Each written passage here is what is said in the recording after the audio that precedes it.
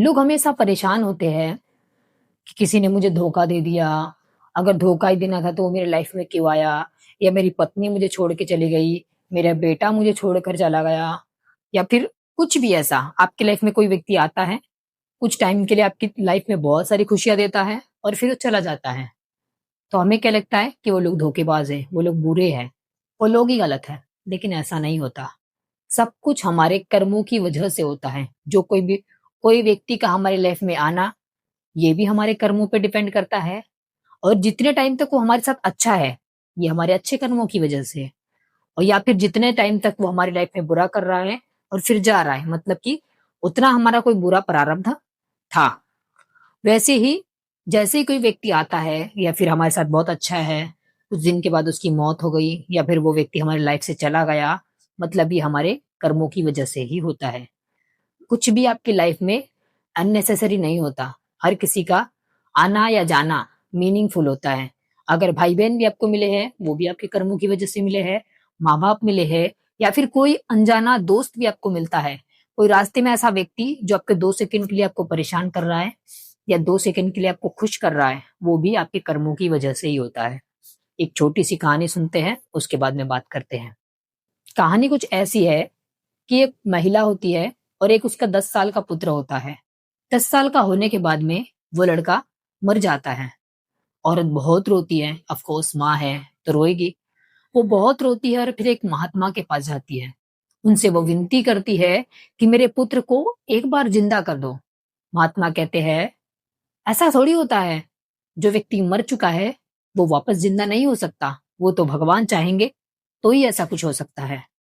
तो वो कहती है, कोई बात नहीं महात्मा जी, बस एक बार मेरे बेटे को बुला दो। कम से कम मैं एक बार उसके मुंह से माँ शब्द सुनना चाहती हूँ। महात्मा जी कहते हैं, ठीक है, जैसा तुम कहती हो। वह जैसे ही वो उसकी आत्मा को बुलाते हैं और उसकी आत्मा आती है, तो वो कहती है, बहुत खुश हो जाती है। कहती है, बेटा मुझे एक बार माँ कह के पुकार दे, फिर तुझे जहां जाना है तू चले जा। आत्मा कहती है, कौन बेटा, कौन माँ? मैं तुम्हें नहीं जानता। ना ही तुम कोई मेरी माँ हो और ना ही मैं तुम्हारा पुत्र हूँ। माँ परेशान हो जाती है कि ऐसा क्यों कह रहा है। तो ये आत्मा कहती है, ये मैं तुम्हारा कोई बेटा नहीं हूँ, मैं तुम्हारे कर्मों का फल हूँ। मैं 10 साल तक तुम्हारा बेटा बना रहा क्योंकि पिछले जन्म में तुम मेरी सौतन थी, और 10 साल तक मेरा पति मेरे साथ था, और हमारी शादी के 10 साल के बाद तुमने मेरे पति को मुझसे छीन लिया था। इसलिए उस जन्म का बदला इस जन्म में पूरा हुआ। तुम्हारे कर्मों की वजह से मैं तुम्हारे साथ आया, और 10 साल बीतने के बाद अब मैं वापस चला गया। और फिर वो आत्मा वापस चली जाती है।